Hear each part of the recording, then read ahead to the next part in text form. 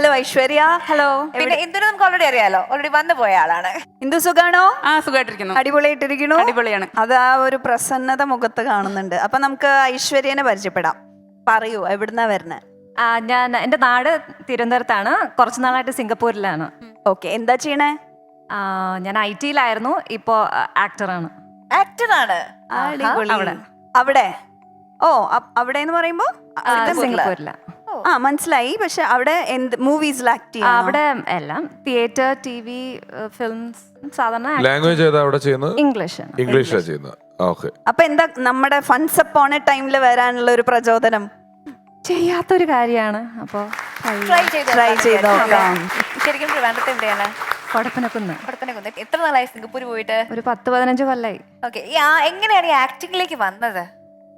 അത് നമ്മളെ ജീവിതം കുറെ മടുക്കുമല്ലോ, ഒരേ കാര്യം ചെയ്ത് അങ്ങനെ ഒരു സബാറ്റിക്കൽ എടുത്തതാണ്. അപ്പോൾ ഞാൻ ഒരു വർക്ക്ഷോപ്പിന് കയറി. അപ്പോൾ അവിടുന്ന് എനിക്ക് ആൾക്കാരുടെ കോണ്ടാക്ട്സ് ഒക്കെ കിട്ടി.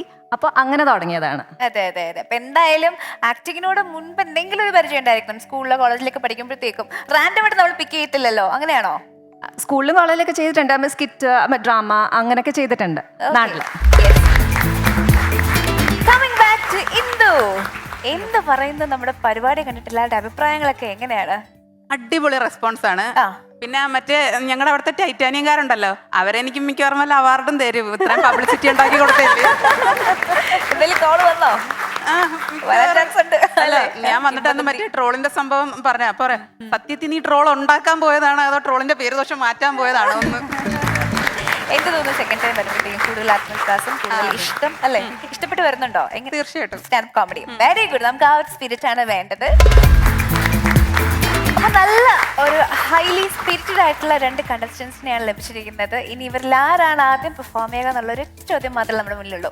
ഇതിന് സൊല്യൂഷനുമായിട്ട് നമ്മുടെ താത്ത പ്രോ മാക്സിനെ വിളിക്കുകയാണ്. സ്വാഗതം ചെയ്യാം താത്ത പ്രോ മാക്സ്.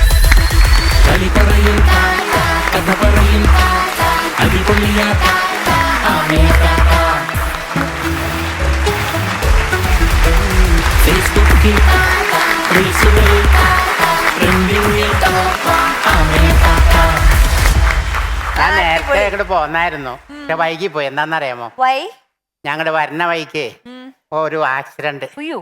ഒരു ഫ്രീക്ക് പയ്യൻ, അവനൊരു ബൈക്കുമ്പോ കൂന്തളിച്ചിങ്ങോട്ട് വന്നിട്ട് ഒരു പാടത്തേക്ക് അങ്ങോട്ട് വീണു. പാടത്തേക്ക് വേണ്ടി നിറച്ചപ്പോ ചെളിയാ. അപ്പൊ ആൾക്കാരൊക്കെ ഓടിക്കൂടി. ഞാൻ അവിടെ ഇറങ്ങി നോക്കി നിൽക്കേ. നോക്കണ ആൾക്കാർ അപ്പൊ തന്നെ മുഖം മാറ്റും. നോക്കിയിട്ട് അപ്പൊ തന്നെ മുഖം മാറ്റേ നോക്കി. ഞാനും വന്ന് നോക്കി പോനെ, ഈ തലയൊട്ടിയില്ലേ മാറിക്കിടക്ക, ഭയങ്കര പ്രശ്നം. ആരും അങ്ങോട്ട് കുറച്ചു നേരം കഴിഞ്ഞപ്പോ ഈ കിടന്നവനില്ലേ, അവൻ എഴുന്നേറ്റ് ആ പാടത്ത് ഇത്തിരി വെള്ളം എടുത്ത് തല കഴുകിയിട്ട് ബിഗ് എടുത്ത് തലയിൽ വെച്ചിട്ട് കയറി സ്കൂട്ടർ ഓടിച്ചു പോയി കളഞ്ഞു. ചളിയാണെങ്കിലും കൈയടിച്ച മക്കളെ പാട് വെട്ടോന്ന് പറഞ്ഞല്ലേ. രണ്ടുപേരും കുറെ നേരിട്ട് വെയിറ്റ് ചെയ്ത് നിൽക്കുവാണ് താത്ത. എന്നാ കഥ പറയാം. ലോകത്ത് ആർക്കും കിട്ടാത്ത, ഏതൊരാളും കൊതിക്കുന്ന ഭാഗ്യമാണ് ശ്യാമിന് കിട്ടിയത്. 3000 പെൺകുട്ടികൾ പഠിക്കുന്ന കോളേജിൽ അവൻ ഒറ്റയ്ക്കൊരാന്തരി. എന്നാൽ ആ കോളേജിന് ഒരു നിഗൂഢ ചരിത്രമുണ്ട്. 18 തികയാത്ത ഒരു പാൽക്കാരൻ പയ്യനെ പെൺപിള്ളേർ ചേർന്ന് പീഡിപ്പിച്ചു കൊന്നു.